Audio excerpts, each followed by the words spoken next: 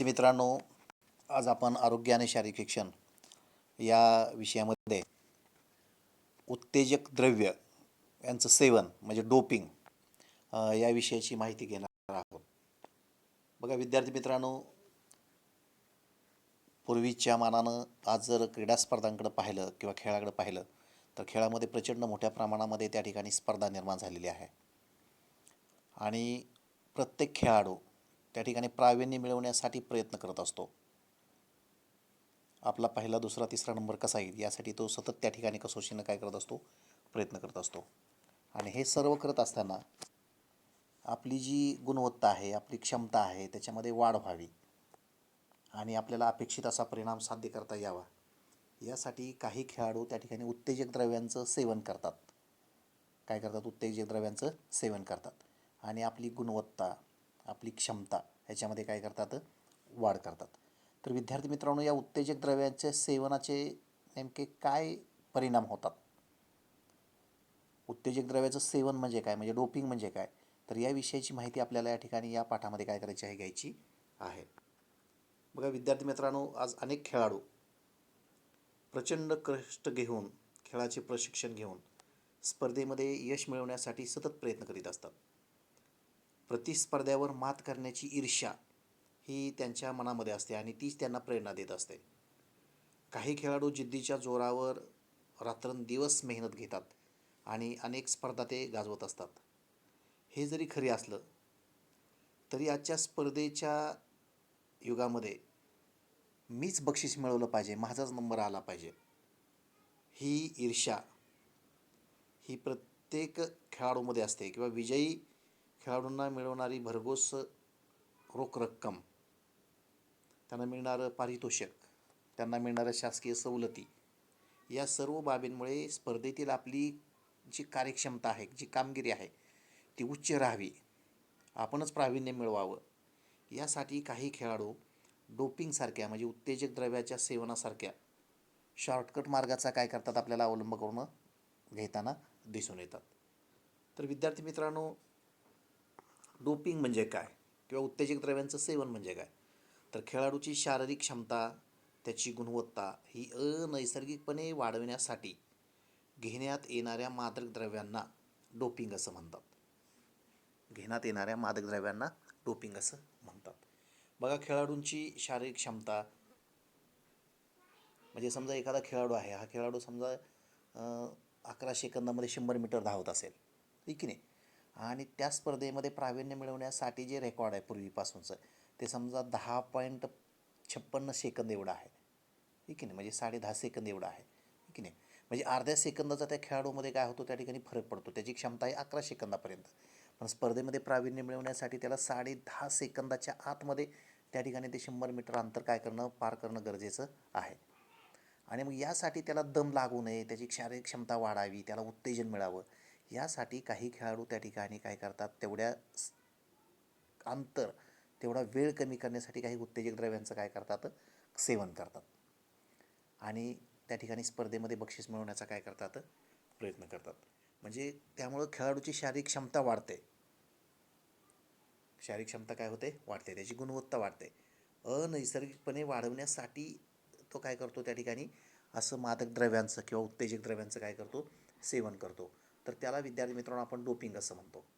बघा यासाठी खेळाडू काही स्टेरॉइड म्हणजे शक्तिवर्धक औषधं, शक्तिवर्धक औषधं, त्याचप्रमाणे नार्कोटिक्स म्हणजे मादक द्रव्य, आपू, गांजा, ठीक की नाही, हफीम यासारखी जी मादक द्रव्य आहेत की त्यामुळे त्या ठिकाणी खेळताना काय किती दम लागतोय, काय क्षमता वापरली जाते हे त्या खेळाडूला कळत नाही. म्हणजे अशा घटकांचं हे काय करतात, ते सेवन करतात. त्यानंतर पेप्टाइड्स, त्यानंतर हार्मोन्स बदलणारे काही औषधं घेतली जातात. त्यानंतर ब्लड डोपिंग इत्यादी मादक पदार्थांचे सेवन करणे म्हणजे डोपिंग होय. बघा डोपिंगमुळे क्रीडा क्षेत्राला निकोप स्पर्धा बाजूला राहते आणि क्रीडापटूच्या शरीराला हानिकारक असणाऱ्या औषधांचा वापर करण्याकडे त्या ठिकाणी खेळाडूंचा काय होतो, कल वाढत जातो आणि यामुळे आरोग्य संवर्धनासाठी खेळ हे खेळाचं जे मूलभूत तत्त्व आहे ते तत्त्व त्या ठिकाणी खेळापासून काय होतं, त्या ठिकाणी नकळतपणे दूर राहतं. आणि विशेषतः स्पर्धा म्हटली की खेळाडूमध्ये एक समानता असावी हाच उद्देश असतो. खेळाडूंनी केवळ अंगीकृत गुणवत्ता आणि कौशल्य याच्या जोरावरच त्या ठिकाणी स्पर्धेमध्ये काय मिळवलं पाहिजे, भाग घ्यायचा असतो आणि त्या ठिकाणी पारितोषिक मिळवलं पाहिजे, हे अभिप्रेत असतं. परंतु आजच्या काळामध्ये हे सगळं बाजूला राहतं. हे सगळं काय राहतं, बाजूला राहतं. आणि या जीवघेण्या स्पर्धेमध्ये त्या ठिकाणी प्रावीण्य मिळवण्यासाठी, बक्षीस मिळवण्यासाठी, त्या ठिकाणी नाव कमावण्यासाठी खेळाडू काय करतात, उत्तेजक द्रव्यांचं काय करतात, सेवन करतात. तर वर जे डोपिंग म्हणजे उत्तेजक द्रव्यांचं जे सेवन याविषयी आपण चर्चा केली. तर या डोपिंगचा किंवा या उत्तेजक द्रव्यांचा हा खेळाडूच्या शारीरिक आरोग्यावर अतिशय त्याचे घातक आणि वाईट परिणाम होत असतात. खेळाडूंचे आयुष्यमान कमी होतं. डोपिंगमुळे मानवी स्वभाव हा आक्रमक होतो. तसेच संवेदनशीलतेत कमालीची शिथिलपणा येतो. तसेच नैराश्य येऊन त्या ठिकाणी खेळाडूंचा सुस्तपणासुद्धा काय होतो, वाढतो. तर जसे त्याचे फायदे आहेत तसेच या डोपिंगचे काय आहेत, बरेचसे दुष्परिणाम देखील त्या ठिकाणी आपल्याला काय होतात, दिसून येतात, ठीक आहे नाही. तर बघा, अनेक पदार्थांचे आणि त्याचे संभाव्य म्हणजे खेळाडू जे उत्तेजक द्रव्य घेतात, उत्तेजक पदार्थ घेतात, त्यांच्या शरीरावरती नेमके काय परिणाम होतात, त्याचे काय दुष्परिणाम होतात, तर त्या पदार्थांविषयी आणि त्याच्या दुष्परिणामांविषयी त्या ठिकाणी आपण या ठिकाणी माहिती घेणार आहोत. तर उत्तेजक द्रव्याच्या प्रकारामध्ये त्या ठिकाणी आपल्याला ॲनाबोलिक स्टेरॉइड्स याचं जर तुम्ही प्रमाणापेक्षा जास्त सेवन केलं का, जर याचं जर सेवन केलं तर त्याचा आपल्या शरीरावरती त्या ठिकाणी वाईट परिणाम होतो. आणि त्यामुळे विद्यार्थी मित्रांनो, खेळाडूची किडनी त्या ठिकाणी निकामी होऊ शकते. त्यांना यकृताचा कर्करोग होऊ शकतो. त्यांचं केस गळणं किंवा त्या ठिकाणी काय म्हणतात त्यांना नपुसकत्व येणं, यासारखे जे परिणाम आहेत हे परिणाम त्या ठिकाणी खेळाडूच्या शरीरावरती आपल्याला झाल्याचं दिसून येईल. त्याच्यानंतर दुसरं उत्तेजक द्रव्य आहे स्टिम्युलंट्स. बघा, काही विद्यार्थी प्रोटीन वगैरे घेतात, हे की नाही, आणि अचानकच काल तर चांगला व्यायाम करत होता जिममध्ये, हे की नाही, आणि अचानकच सकाळी गेला तर तो गेला, हे की नाही, अशी आपल्याला बातमी येते, हे की नाही. तर अतिरिक्त प्रमाणामध्ये स्टिम्युलेट्स म्हणजे त्या ठिकाणी प्रोटीनांचं वगैरे जर सेवन केलं तर अशा खेळाडूंना त्या ठिकाणी विद्यार्थी मित्रांनो अचानकपणे हृदयविकाराचा झटका येऊन त्यामध्ये खेळाडूचा मृत्यू होण्याची सुद्धा काय असते, शक्यता असते. त्यानंतर उत्तेजक द्रव्याचं त्या ठिकाणी तिसरा प्रकार आहे डाययुरेटिक्स, हे की नाही. बघा, रक्तात साखरेचं जे प्रमाण आहे ते प्रमाण याच्यामुळं काय होतं, त्या ठिकाणी वाढतं, या औषधामुळे वाढतं. त्याचप्रमाणे मळमळणं, उलटी होणं, अतिसार या विकारांचा प्रभाव वाढतो. त्याचप्रमाणे खेळाडूंना त्या ठिकाणी त्वचारोग होऊ शकतात आणि सुस्तपणा त्या ठिकाणी काय होऊ शकतो, वाढू शकतो. तर हेही त्या ठिकाणी त्याचे काय होतात, दुष्परिणाम शरीरावरती दिसून येतात. त्यानंतर अजून एक उत्तेजक द्रव्य घेण्याचा प्रकार आहे तो म्हणजे एरिथ्रोपोएटिन. बघा, लाल रक्तपेशींचं अति प्रमाणामध्ये याच्यामुळे काय होते, वाढ होते. लाल रक्तपेशींचं काय होतं, त्याच्यामध्ये अतिशय मोठ्या प्रमाणामध्ये काय होतात, लाल पेशींची काय होते, वाढ होते, ठीक आहे.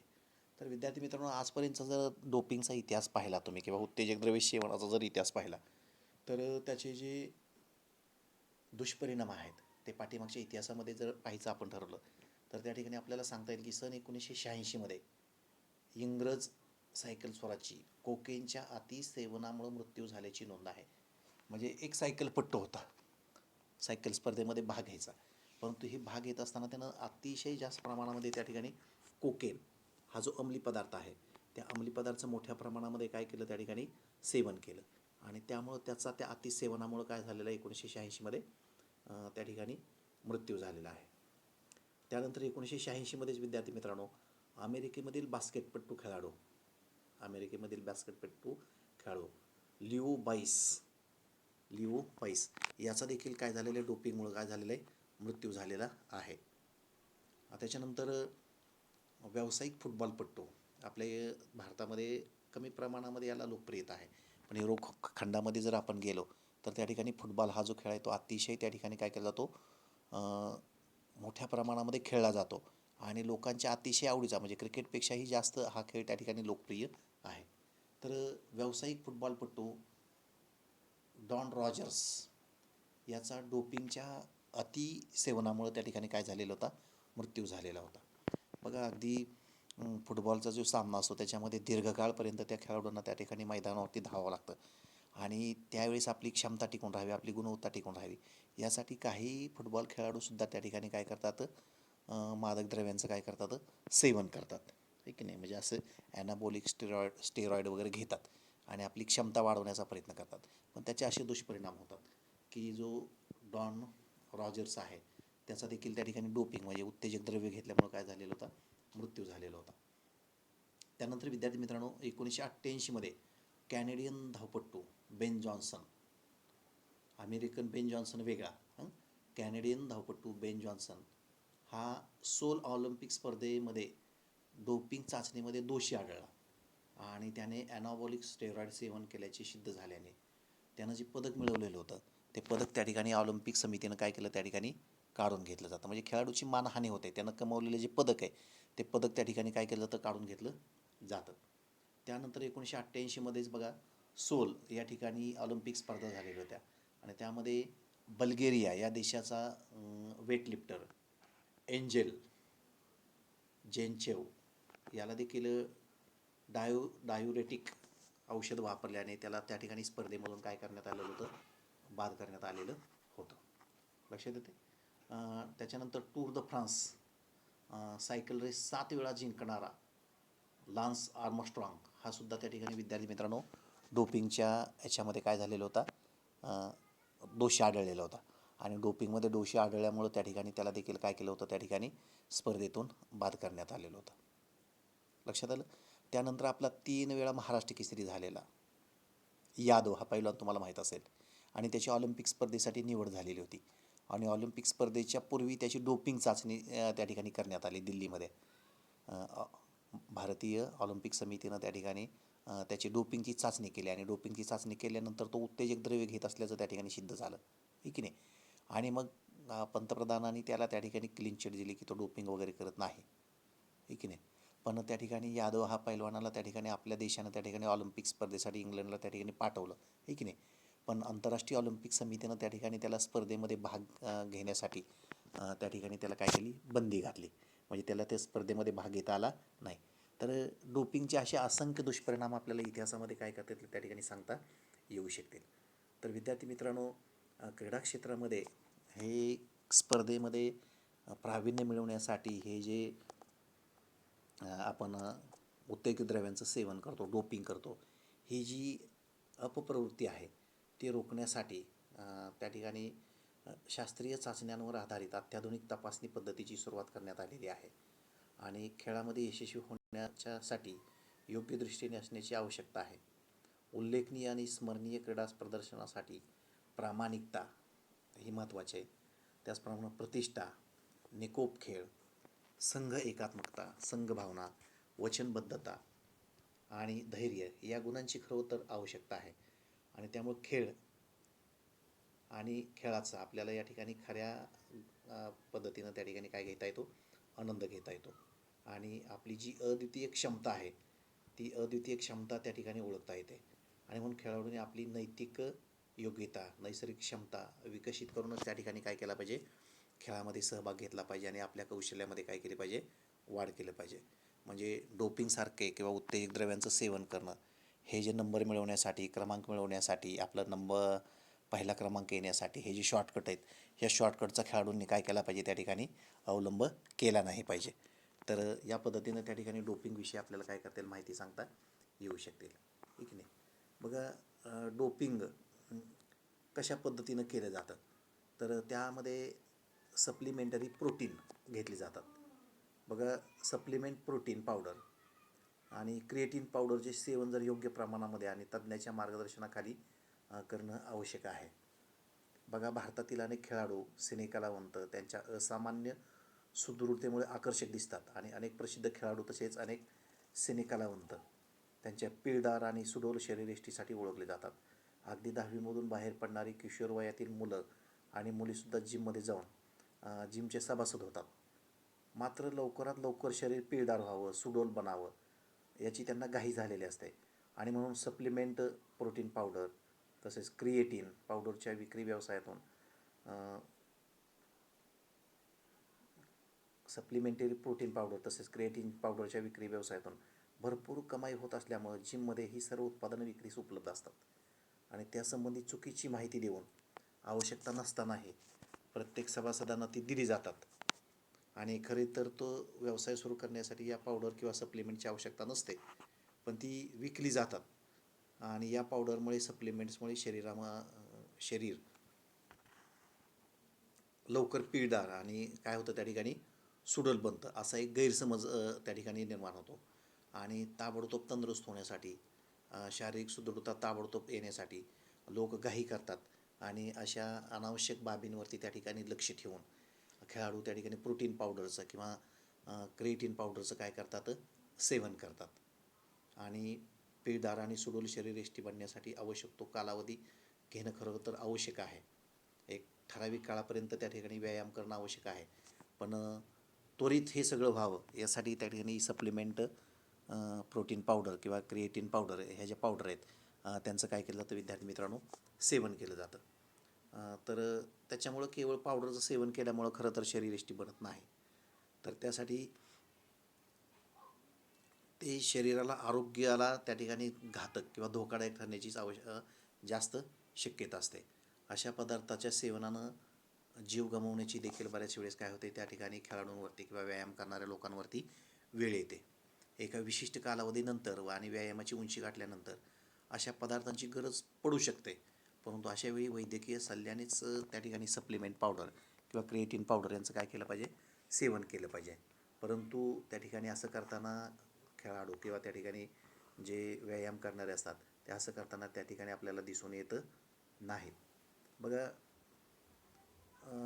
हे जी सप्लिमेंटरी प्रोटीन पावडर आहे किंवा क्रिएटिन पावडर आहे त्याच्याविषयी काही समज आणि काही गैरसमज आहेत. तर एक गैरसमज असा आहे की सप्लिमेंटमुळे म्हणजे प्रोटीन पावडरमुळे सिक्स पॅक लवकर तयार होतात. सिक्स पॅक लवकर तयार होतात. तर विद्यार्थी मित्रांनो हा एक गैरसमज आहे. हा एक काय आहे गैरसमज आहे. आवश्यकता नसताना जर तुम्ही सप्लिमेंटचं सेवन केलं विद्यार्थी मित्रांनो तर त्या ठिकाणी तुमची जी किडनी आहे ती किडनी त्या ठिकाणी लवकर खराब होऊ शकते किंवा अकार्यक्षम होऊ शकते, आहे की नाही. म्हणजे प्रोटीनचा सर्वात जास्त इफेक्ट जर कशावरती होत असेल तर त्या ठिकाणी विद्यार्थी मित्रांनो किडनीवरती होतो आणि मग आवश्यकता नसताना जर तुम्ही त्या ठिकाणी प्रोटीन पावडर घ्यायला सुरुवात केली तर त्या ठिकाणी खेळाडूची किंवा व्यायाम करणाऱ्या व्यक्तीची त्या ठिकाणी किडनी काय होऊ शकते खराब होऊ शकते. त्यानंतर त्या ठिकाणी विद्यार्थी मित्रांनो एक दुसरा गैरसमज आहे की सप्लिमेंटमुळे वजन लवकर कमी होतं. बघा, वजन कमी करण्यासाठी सप्लिमेंटचा उपयोग होत असला तरी सुद्धा त्याच्यामुळं आरोग्याला अनेक प्रकारचे धोकेसुद्धा होतात आणि त्यामुळे वजन करण्यासाठी सप्लिमेंट म्हणजे प्रोटीन पावडरचं सेवन करण्याच्या ऐवजी त्या ठिकाणी नियमितपणे एक विशिष्ट कालावधीपर्यंत त्या ठिकाणी काय केलं पाहिजे व्यायाम केला पाहिजे. त्यामुळं आपोआप काय होईल त्या ठिकाणी चरबीचं प्रमाण कमी होऊन आपलं वजनसुद्धा काय होऊ शकेल त्या ठिकाणी कमी होऊ शकेल. तर हे केलं पाहिजे, पण खेळाडू तसं करताना त्या ठिकाणी दिसत नाही. त्यानंतर अजून एक गैरसमज आहे की मी खेळाडू आहे आणि नियमितपणे व्यायाम करतो आणि म्हणून मला सप्लिमेंटची किंवा उत्तेजक द्रव्यांची ही आवश्यकता आहेच, मला ती घेतलीच पाहिजेत.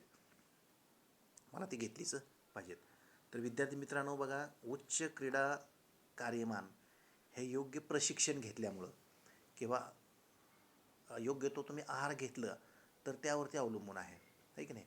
आपल्या शारीरिक सुदृढतेसाठी त्या ठिकाणी विद्यार्थी मित्रांनो त्या ठिकाणी कुठल्याही प्रकारचं व्यसन करण्याची आवश्यकता नाही.